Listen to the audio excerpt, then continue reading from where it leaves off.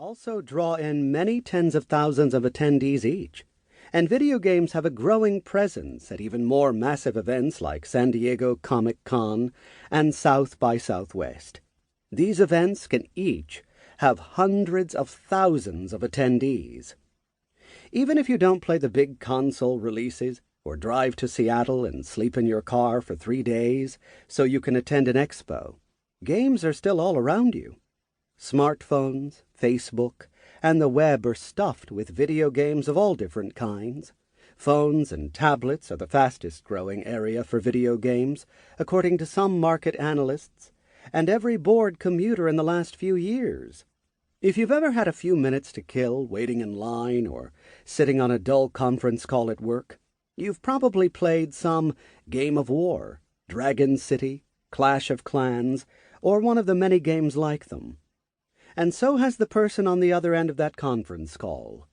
King, the developers of the colorful puzzle game Candy Crush Saga, announced in a November 2013 press release that in just its first year, the game was downloaded and installed on Facebook and mobile devices more than 500 million times. That sounds ridiculous, but while King is leading the pack with its game, others aren't far behind. Mobile and social games are stretching the definition of video game to fill in all the corners of popular culture. What, for example, could be more traditional than the Boy Scouts of America and soft drinks? Along with its merit badges for starting fires and finding their way out of the woods, which are now on fire, Boy Scouts can now earn a game design merit badge by scrutinizing 4 video games they have played and thinking about them critically in terms of their design and themes. They might do this while sipping on a specially packaged Spartan Fuel bottle of Mountain Dew, featuring Master Chief, the hero from the Halo series of first-person shooter games.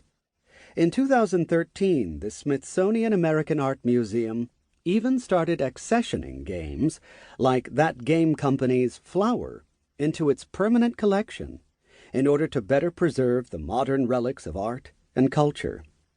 And, of course, I don't have to tell you how easy it is to find characters in television shows like Big Bang Theory that play games, or product placements like when Walt Jr. played the appropriately named Rage during an episode of Breaking Bad.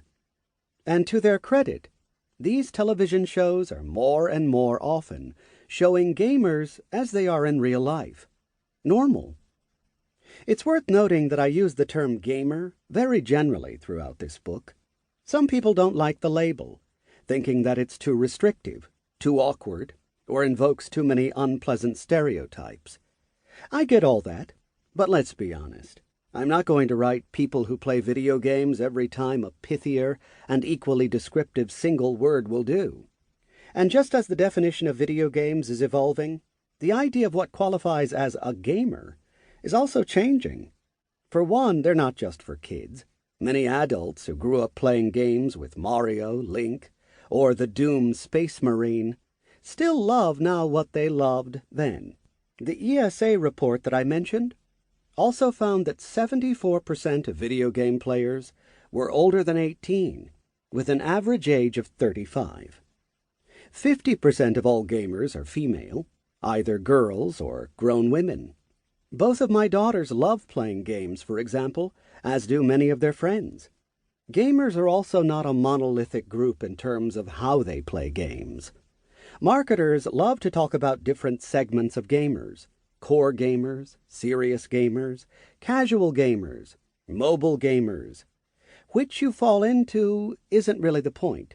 Just like figuring out what category of snack food consumer Frito-Lay thinks you fall into isn't particularly worthwhile. The point is that you're probably one type of gamer or another, and so are most of the people you know. Old stereotypes of gamers as kids, social misfits, or basement-dwelling recluses just don't hold up.